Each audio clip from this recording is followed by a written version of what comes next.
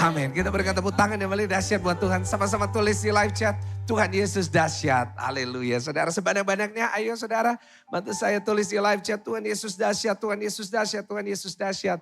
Saya mau lihat sebanyak-banyaknya saudara tulis di live chat. Haleluya. Bapak Ibu Saudara, senang sekali saya bisa kembali melayani saudara di acara Sela. Bagi saudara yang belum tulis Tuhan Yesus baik, tadi di awalnya saudara boleh tulis double. Tuhan Yesus baik, Tuhan Yesus dahsyat. Saudara, sebuah kebanggaan saya bisa kembali melayani saudara, sebuah kehormatan saudara memilih untuk memberikan waktu bersama dengan Tuhan, bersama dengan saya. Kita bersama-sama menyembah Tuhan, kita bersama-sama memuji Tuhan. Nah, hari ini ada pesan Tuhan bagi setiap saudara. Hari ini kita mau bahas satu firman Tuhan, yaitu bebas dari kegelisahan. Saudara, minggu lalu kita sudah bahas bebas dari kekhawatiran. Hari ini kita mau membahas lanjutan. Ya, selama beberapa minggu ini di acara Sela setiap hari Selasa, saya melanjutkan seri ini, yaitu seri kebebasan. Sama-sama tulis di live chat, saya harus bebas. Saudara, kita sebagai orang Kristen, kita sudah diberikan sebuah privilege. Bahwa saudara dan saya adalah orang-orang yang bebas, orang-orang merdeka. Dan sangat sedih kalau orang yang bebas ini, kita masih terbelenggu dengan berbagai macam hal. Karena itu firman Tuhan gunanya adalah untuk membuat saudara yang terikat bisa terlepas. Sehingga saudara dan saya bisa jadi orang yang bebas, orang yang benar-benar merdeka. Karena firman Tuhan berkata, jika anak itu memerdekakan kamu, maka kamu benar-benar merdeka. Nah, kalau kita kenal Tuhan Yesus, tapi kita hidup selalu diikat sama yang namanya kegelisahan, maka percuma gitu. Atau saya boleh katakan sayang sekali iman kita kepada Tuhan. Karena Tuhan sudah memberikan kita sebuah grace, kasih karunia untuk kita bisa menikmati hidup bebas dari kegelisahan.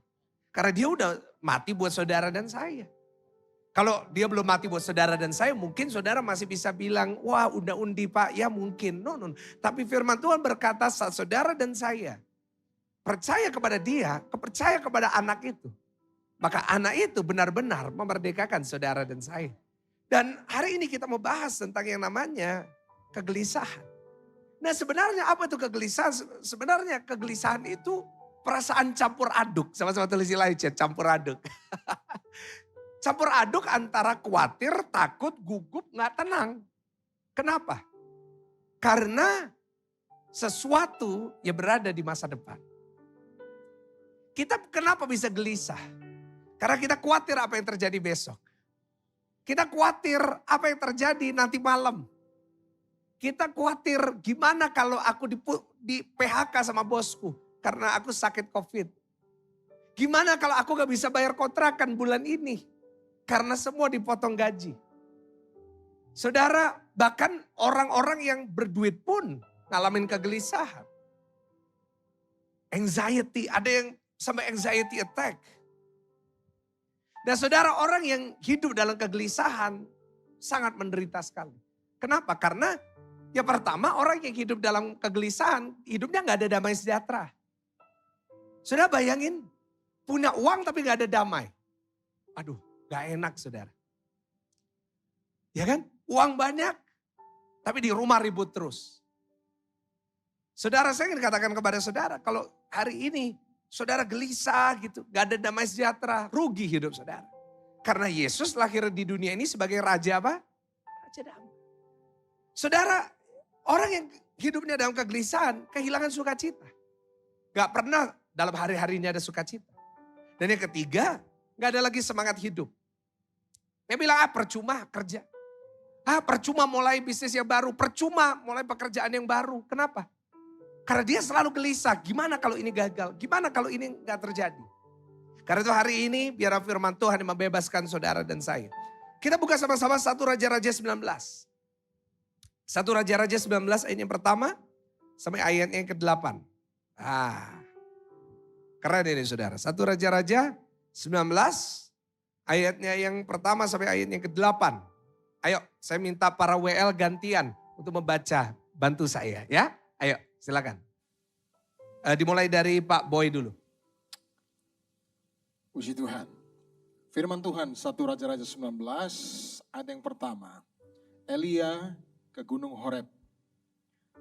Ketika Ahab memberitahukan kepada Isabel segala yang dilakukan Elia dan perihal Elia membunuh semua nabi itu dengan pedang. Ayat yang kedua, maka Isabel menyuruh seorang suruhan mengatakan kepada Elia, beginilah kiranya para Allah menghukum aku, bahkan lebih lagi daripada itu. Jika besok kira-kira pada waktu ini aku tidak membuat nyawamu sama seperti nyawa salah seorang dari mereka itu. Maka takutlah ia, lalu bangkit dan pergi menyelamatkan nyawanya. Dan setelah sampai ke Betsheba, yang termasuk wilayah Yehuda, ia meninggalkan bujangnya di sana. Tetapi ia sendiri masuk ke padang gurun sehari perjalanan jauhnya, lalu duduk di bawah sebuah pohon arar. Kemudian ia ingin mati, katanya, cukuplah itu. Sekarang ya Tuhan, ambillah nyawaku. Sebab aku ini tidak lebih baik daripada nenek moyangku. Ayat yang kelima, sesudah itu ia berbaring dan tidur di bawah pohon arar itu. Tetapi tiba-tiba seorang malaikat menyentuh dia serta berkata kepadanya, bangunlah, makanlah. Ketika ia melihat sekitarnya, maka pada sebelah kepalanya ada roti bakar dan sebuah kendi berisi air. Lalu ia makan dan minum, kemudian berbaring pula. Haleluya. Ayat yang ketujuh, tetapi malaikat Tuhan datang untuk kedua kalinya dan menyentuh dia serta berkata, bangunlah, makanlah. Sebab kalau tidak perjalananmu nanti terlalu jauh bagimu. Ayat 8 kita baca sama-sama, 1, 2, 3. Maka bangunlah ia, lalu makan dan minum. Dan oleh kekuatan makanan itu, ia berjalan 40 hari, 40 malam. Sampai ke gunung Allah, yakni. Nah saudara, di sini kita lihat ada sebuah kegelisahan yang dialami oleh seorang tokoh yang luar biasa yang mengalahkan 450 Nabi Baal, yaitu yang bernama Elia. Saudara, Elia baru aja mengalahkan di ayat 8, di pasal 18 dia baru aja mengalahkan tentaranya Baal, saudara, yaitu 450 pendeta-pendetanya Baal. Dan dengan kekuatan yang begitu dahsyat yang Tuhan berikan kepada dia. Di ayat yang barusan kita baca tadi dikatakan dia mau mati rasanya. Dia gak ada lagi semangat hidup, bayangin baru aja ngalamin kemenangan besar. Tapi tiba-tiba dia bilang aku lebih baik mau mati, I wanna die. It's better if I die, lebih baik mati daripada hidup. Nah saudara, kenapa seorang nabi besar seperti Elia bisa ngalamin kegelisahan? Nah kalau, dan logikanya gini, kalau yang namanya Elia saja mengalami kegelisahan, apalagi kita. Setuju dengan saya?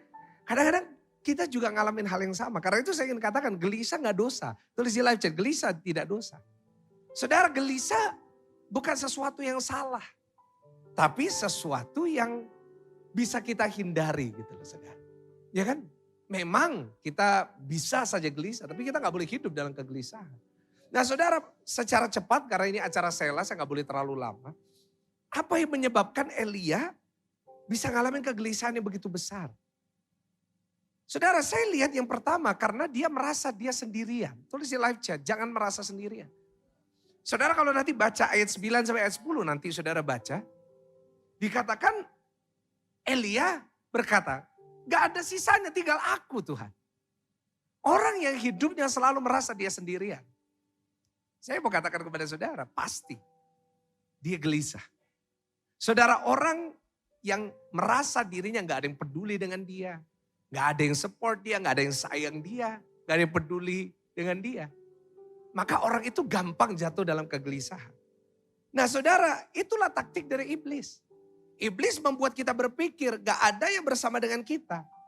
Iblis akan membuat kita berpikir kamu tuh sendirian menjalani hidup. Iblis akan berbuat gak ada yang bisa ngerti kamu. Gak ada yang dukung kamu. It's you against the world. Kamu lawan dunia. Semuanya pada mau ngancurin kamu. Dan seringkali bodohnya kita, saya katakan kita karena kadang-kadang saya juga ngalamin itu.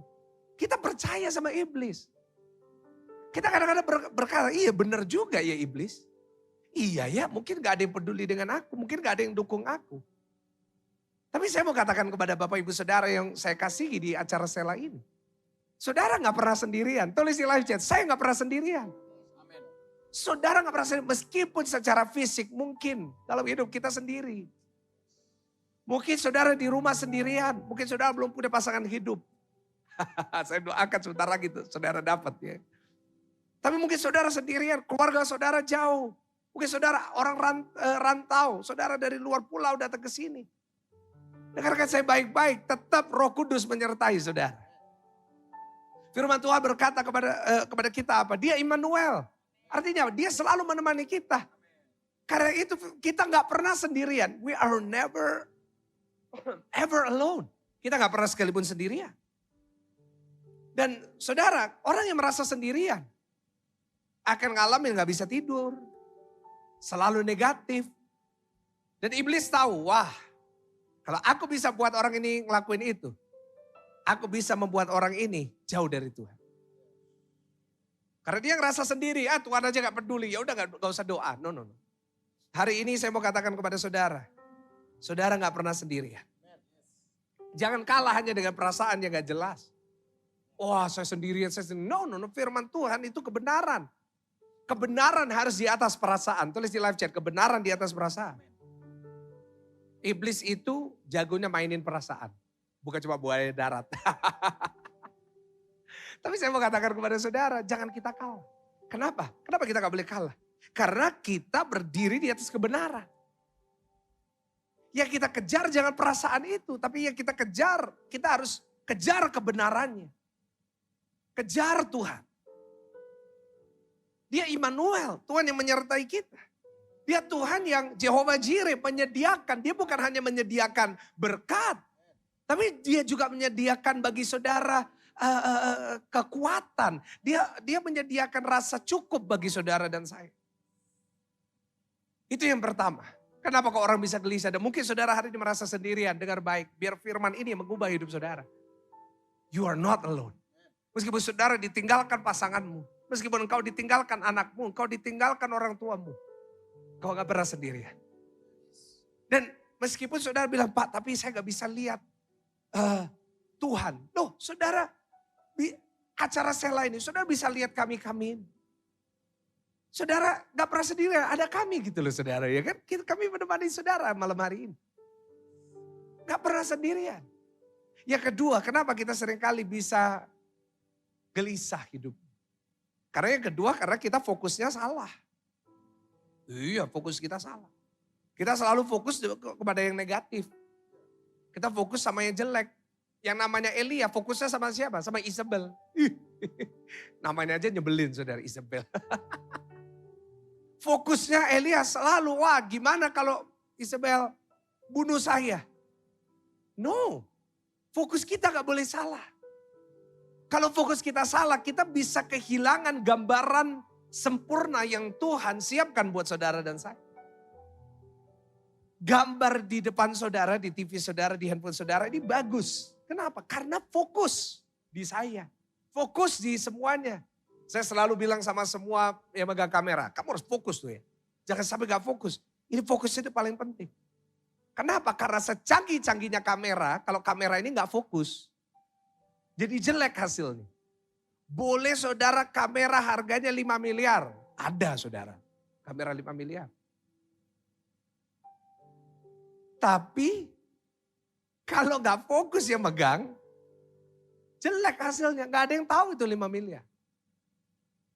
Tapi kamera yang sederhana, di tangan orang yang mengerti tentang fokus, hasilnya pasti baik. Elia fokusnya sama Isabel. Wah ini bahaya Isabel, mati wes aku capek Tuhan. Ngadepin orang kayak gini, no. Hari ini fokus kita gak boleh itu. Fokus kita harus apa? Fokus kita bukan hanya, oh Tuhan, itu terlalu dangkal. Tapi fokus kita adalah kehendak Tuhan. Wah itu. Tulis di live chat, fokus kehendak Tuhan. Saudara jangan fokus sama sakitnya terus. Corona, COVID positif. Oke, positif. Tapi fokus kita jangan sama positifnya. Tapi fokus kita sama apa? Kehendak Tuhan. Apa kehendak Tuhan? Supaya kita bisa bersaksi. Kita fokus aja sembuh, kita fokus aja nyembah Tuhan. Nanti cepat sembuhnya bisa jadi kesaksian buat banyak orang. Jangan fokus, aduh sakit, aduh gimana ini, aduh gejalanya nambah terus tiap hari. Ngapain? Tapi hari ini belajar, fokusnya sama kehendak Tuhan. Aku harus jadi berkat. Oh, aku sakit kayak gini supaya aku bisa cerita ke orang yang sakit. Supaya mereka bisa kuat. Gitu. Fokusnya sama apa? Fokus kita sama kedekatan sama Tuhan. Saudara mungkin ada yang lagi sakit COVID. Fokusnya bukan sama penyakitnya, tapi fokusnya, ayo aku harus lebih dekat sama Tuhan. Biasanya harus ketemu orang, makan siang, makan malam, makan pagi. Sekarang santai. Sekarang apa? Di rumah, di kamar. Nyembah Tuhan, fokus sama kedekatan kita sama Tuhan.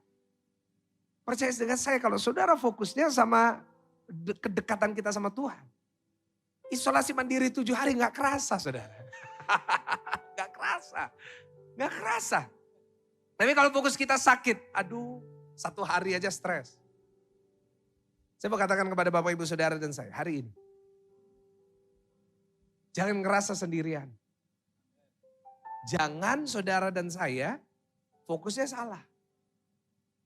Tapi hari ini percayalah dengan saya. Kita harus mencari kebebasan dari kegelisahan itu di dalam Tuhan Yesus. Caranya gimana? Sederhana.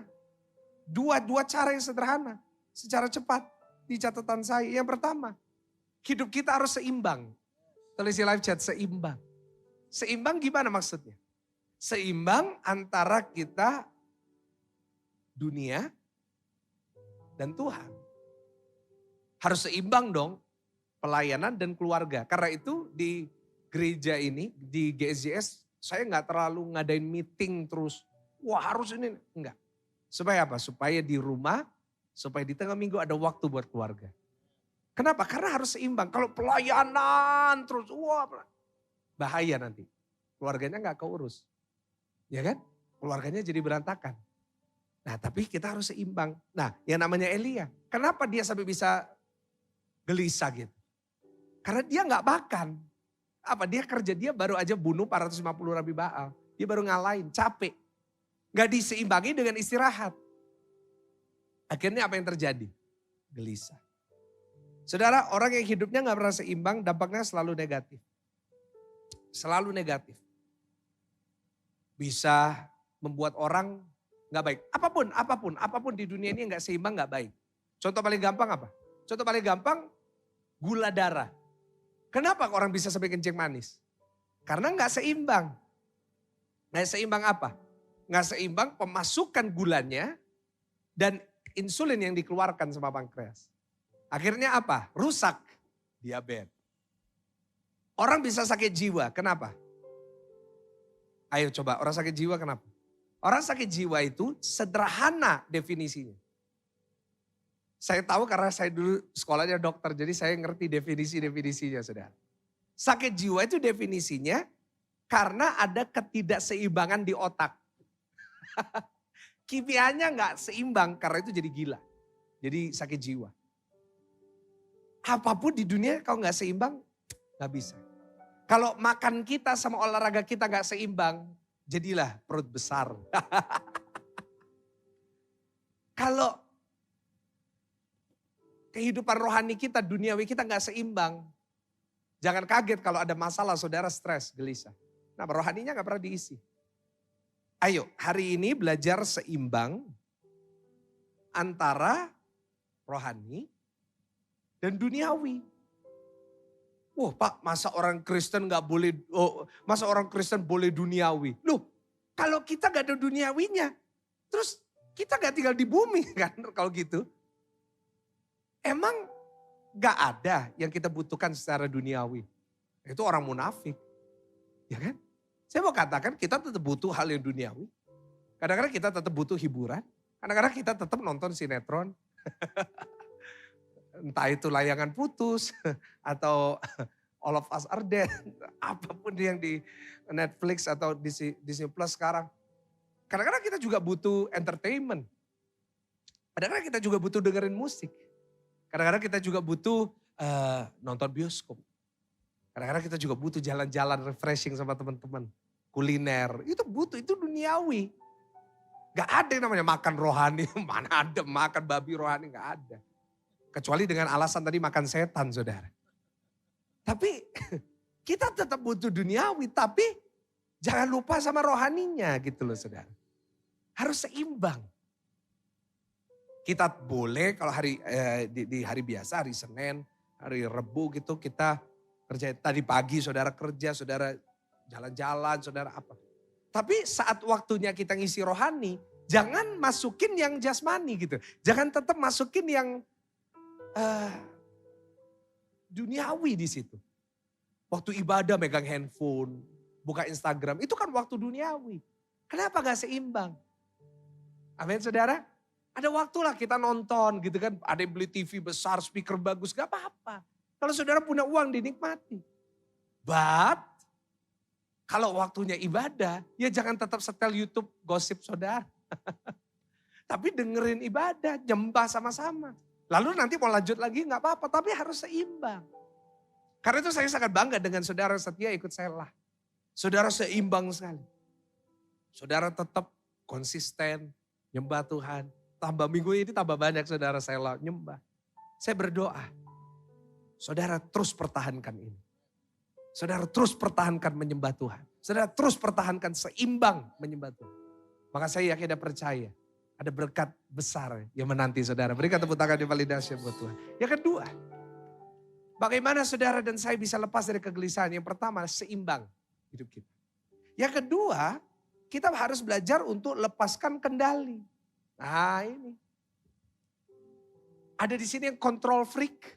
Sukanya semuanya harus dia kendalikan. Nah itu saya. Saya semuanya mau saya kendalikan. Karena itu dulu semua di gereja saya kerjain semua. Tapi gak bisa kayak gitu terus.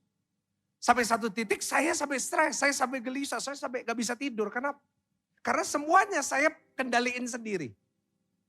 Karena itu sekarang saya udah mulai lepas. Ya kan? Yang ngatur ini, ngatur pembicara, ngatur semua saya udah lepas. Nah di situ saya bisa lebih tenang. Elia sebelumnya dia bilang gak ada yang lain, cuma aku Tuhan. Loh padahal ada berapa ratus nabi yang lain. Dia gak bisa lepas kendali. Nah ini dia. Kita harus belajar dari Elia. Belajar lepaskan kendali. Tulis di live chat, ayo yang belum. Lepaskan kendali. Artinya apa? Belajar untuk let go. Ada hal-hal yang bukan bagian kita. Apa yang bukan bagian kita? Besok bukan bagian kita. Besok itu bagiannya Tuhan. Bagian kita ngelakuin yang terbaik buat hari ini. Nabur yang baik buat hari ini. Untuk ke depan, untuk besok. Kita kadang-kadang gak bisa ngelepasin kendali tentang besok, kita lupa nabur hari ini. Seperti firman Tuhan berkata bahwa ada petani yang gak berhasil, kenapa? Karena dia selalu nunggu dan dia selalu lihat, aduh anginnya kencang mau hujan. Wah gak usah nabur deh. Dan sampai kapanpun dia gak nabur. Nah begitu juga dengan kita. Kadang-kadang, saya bilang kadang-kadang ya. Kadang-kadang. Dalam kehidupan saudara dan saya, kita terlalu megang kendali semuanya. Sampai esok hari aja, kita pikirin terus. Dengerin saya baik-baik, saudara yang saya kasihi di acara selah. Lepaskan kendali tentang hari esok. Sebab hari esok itu miliknya Tuhan. Dan Tuhan kita kalau kasih hari esok penuh harapan dan damai sejahtera. Tapi kalau di pikiran kita hari esok selalu buruk. Jadi lepasin itu kendalinya. Percayalah di waktu yang tepat. Nah seperti lagu ini. Habis ini kita nyanyi sekali lagi terus kita doa. Di waktu Tuhan yang tepat, Tuhan jadiin semua. Jangan terlalu mikirin terlalu banyak tentang besok. Lepas kendali, lepas kendali. Serahkan sama Yesus, ada lagu itu. Serahkanlah, serahkanlah. Serahkan pada Yesus. Nah serahkan. Apa artinya serahkan? Kita lepas kendali hidup kita. Kita udah bilang sama Tuhan, Tuhan aku lakuin yang aku bisa. Saya lakuin the best that I can. But the rest is up to you. Saya lakuin yang terbaik yang saya bisa, tapi besok urusan Tuhan. Karena dia Alfa dan Omega. Saudara kan masih Omikron. Saudara sakit, masih Omikron. Dia udah Omega saudara. Ada yang kena Delta, masih Delta. Dia udah Omega. Dia udah dari dulu sekarang sampai selama-lamanya. Karena itu hari esok itu miliknya dia. Hari ini yang lagi sakit, lagi khawatir, lagi takut, di PHK, gak punya uang. Lepaskan kendali. Biar Tuhan yang atur. Di waktu Tuhan yang tepat, dia jadikan semua indah pada waktunya. Tulis di live chat, indah pada waktunya. Dan berikan tepuk tangan yang paling luar biasa.